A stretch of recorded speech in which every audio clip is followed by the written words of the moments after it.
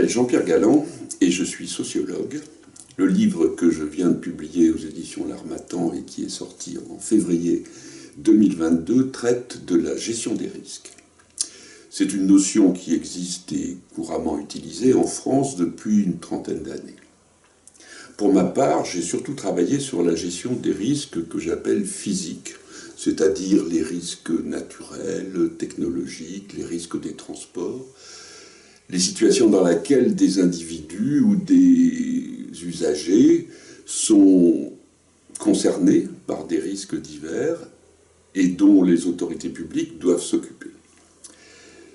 Le schéma d'ailleurs pour gérer ces risques, pour réduire ces risques, est grosso modo le suivant, depuis une trentaine d'années d'ailleurs. Des scientifiques vont identifier tel ou tel risque, vont calculer sa fréquence, sa probabilité, son impact sur les populations. Ils vont faire ce qu'on appelle une évaluation scientifique du risque.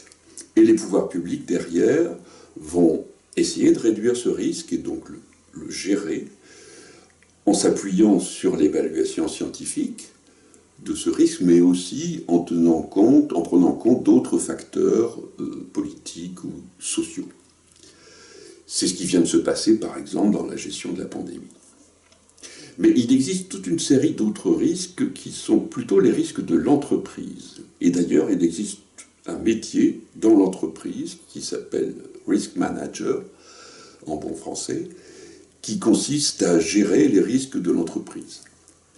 Je reviens dans le livre sur l'origine de ce métier de risk manager dans les entreprises nord-américaines dans les années 50, lorsque ces entreprises reprenaient leur essor après la Seconde Guerre mondiale. Ces entreprises étaient confrontées en effet à toutes sortes de risques, des risques environnementaux, des risques naturels, des risques de change entre les monnaies, des risques de corruption, de fraude, etc. Toutes sortes de risques dont elles avaient pris l'habitude de se couvrir par un recours à des mécanismes assurantiels. Mais elles se sont aperçues que ce recours leur coûtait très cher, et le métier de risk manager, en fait, est né dans ces entreprises américaines lorsque l'on a décidé d'essayer de réduire ces risques d'abord en interne et de ne plus confier aux assureurs qu'une partie de ces risques. Il y a donc en fait, deux origines assez différentes à la notion de gestion des risques, suivant que l'on parle de risques physiques ou de risques financiers de l'entreprise.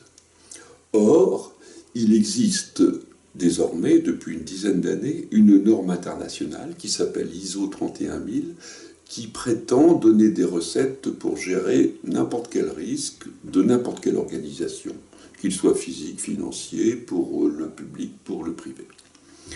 Je trouve ça étonnant et même paradoxal, et c'est ce paradoxe que j'explore et que je discute dans ce livre.